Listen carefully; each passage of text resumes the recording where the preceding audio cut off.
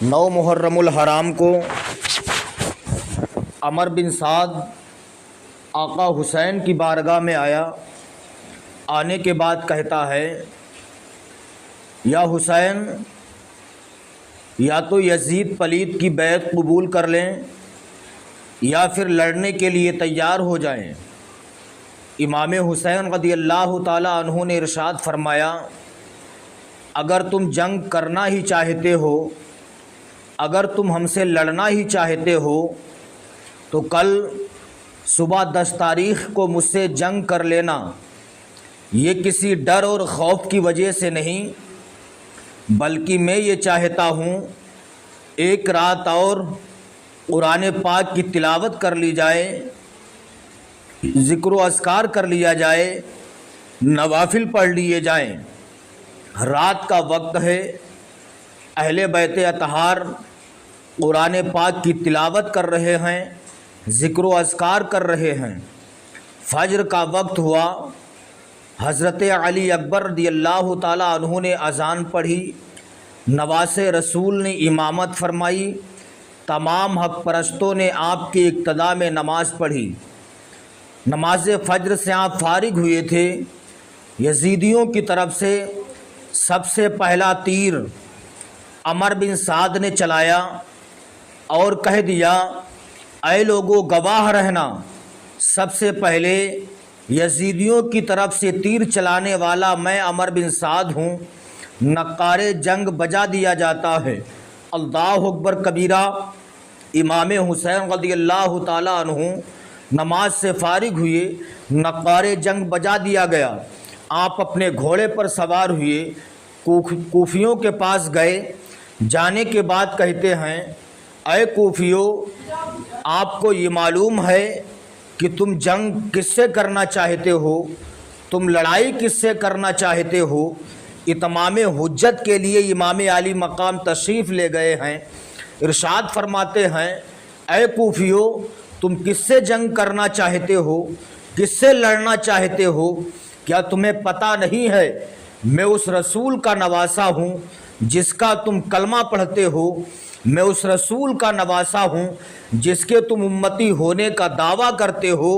کل قیامت کے دن خدا نے اگر تم سے سوال کر دیا تو تم اپنے جرم عظیم کا کیا جواب دو گے؟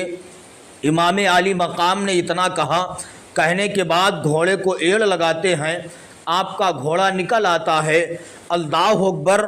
عمر بن سعد نے حضرت حر کو دیکھا کہ حضرت حر تھر تھر کانپ رہے ہیں۔ عمر بن سعد نے کہا، اے حر، یہ بتاؤ، اس سے پہلے میں نے تمہارے چہرے پر غم کے اثرات نہیں دیکھے ہیں، تمہارا سارا جسم پسینے میں شرابور ہے، تھر تھر تم کانپ رہے ہو۔ اے حر، تم اتنے بڑے پہلوان ہو، شام و عراق میں تمہاری پہلوانی کے چرچے ہیں، پھر بھی تم تھر تھر کانپ رہے ہو۔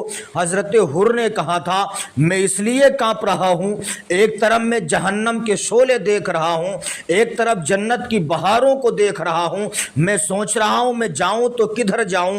حضرت حر نے گھوڑے کو ایڑ لگائی، نکل کر لشکر اعداء سے مارا۔ حر نے یہ نعرہ کہ دیکھو یوں نکلتے ہیں جہنم سے خدا والے۔ حضرت حر نے گھوڑے کو ایڑ لگائی، کوفیوں کی طرف سے دوڑتے ہوئے آقا حسین کی بارگاہ میں پہنچے، سلام پیش کرتے ہیں۔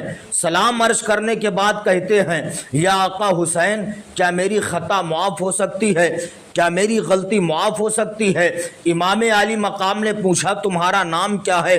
حضرت حر نے کہا، میرا نام حر ہے۔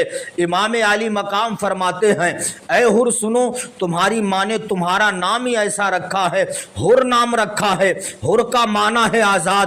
جاؤ، میں نے تمہیں جہنم کی آگ سے آزاد فرما دیا ہے۔ اتنا کہنا تھا۔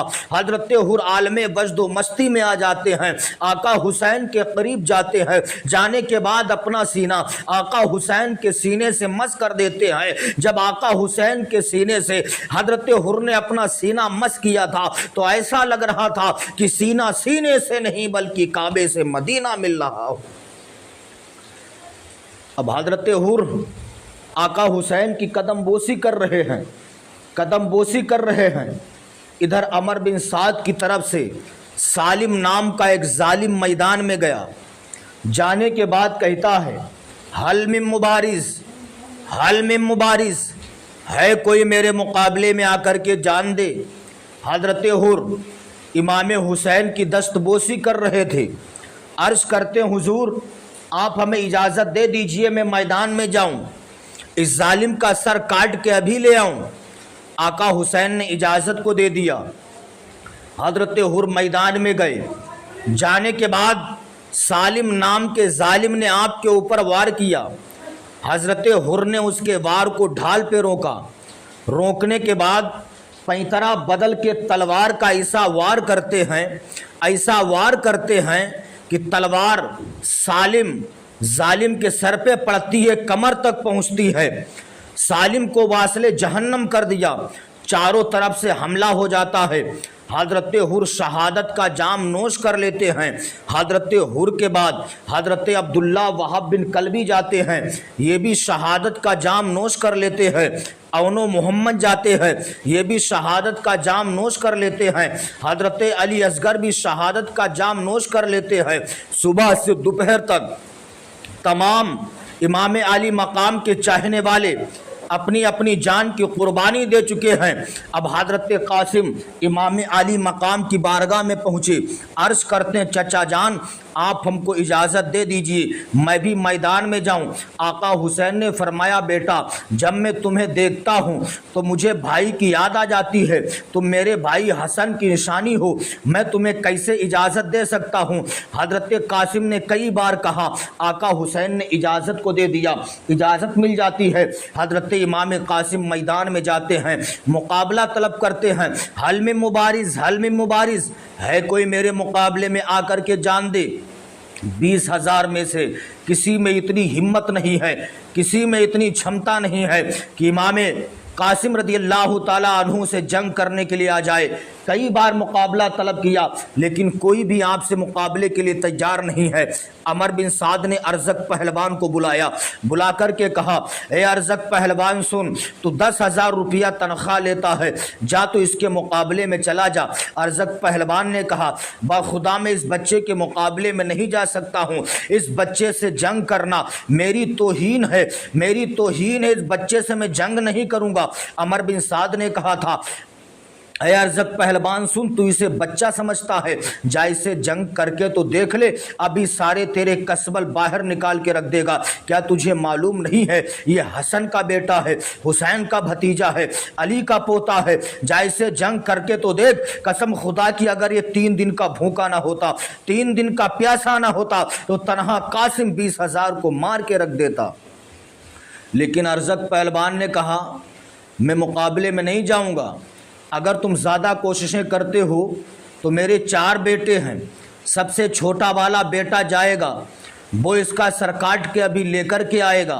اللہ اکبر کبیرہ۔ ارزق پہلوان کا سب سے چھوٹا والا بیٹا میدان میں گیا حضرت قاسم سے مقابلہ کرنے کے لیے، ڈینگے مارنے لگا۔ یہ بھی اتنا بڑا پہلوان تھا، جب گھوڑے کے اوپر بیٹھا تھا گھوڑا نیچے دبا جا رہا تھا، حضرت قاسم سے مقابلہ کر رہا ہے۔ حضرت قاسم نے اس کے وار کو روکا، پینترا بدل کر تلوار کا وار کیا، واصل جہنم کر دیا۔ ارزق پہلوان کا دوسرا بیٹا جاتا ہے، اسے بھی واصل جہنم کر دیا۔ تیسرا بیٹا گیا، اسے بھی واصل جہنم کر دیا۔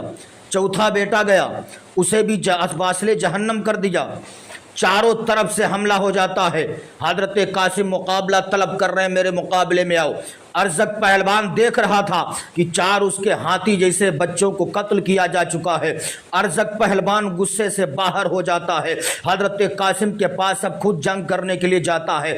جانے کے بعد کہتا قاسم تو نے میرے 4 ہاتھی جیسے بچوں کو قتل کر دیا ہے، آج ذرا مجھ سے مقابلہ کر کے دیکھ، کیا تجھے معلوم نہیں ہے لوگ مجھے ارزق کے نام سے جانتے ہیں، میں اتنا بڑا پہلوان ہوں کہ شام و عراق میں میری پہلوانی کے چرچے ہیں، شام و عراق میں میری پہلوانی کے شہرے ہیں، آج رات تو ہم سے جنگ کر کے دیکھ۔ حضرت قاسم فرماتے ہیں اے ارزق پہلوان، تو اتنا بڑا پہلوان ہے، اس شام و عراق میں تیری پہلوانی کے چرچے ہیں، ابھی تک تجھے گھوڑے پر بیٹھنا نہیں آیا ہے، دیکھ تیرے گھوڑے کی زین ڈھیلی ہے۔ اتنا کہا ارزق پہلوان نے نیچے جھک کر کے گھوڑے کی زین کو دیکھتا ہے۔ حضرت قاسم نے للکار کر تلوار کا ایسا وار کیا کہ تلوار ارزق پہلوان کے سر پہ پڑتی ہے، کمر تک پہنچتی ہے۔ آپ نے اسے واصل جہنم کر دیا۔ علی کا گھر بھی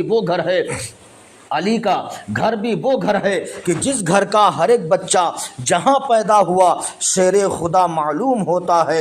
اسلامی بھائیوں، حضرت قاسم رضی اللہ تعالیٰ عنہ نے ارزق پہلوان کو واصل جہنم کر دیا، چاروں طرف سے حملہ ہو جاتا ہے، حضرت قاسم بھی شہادت کا جام نوش کر لیتے ہیں۔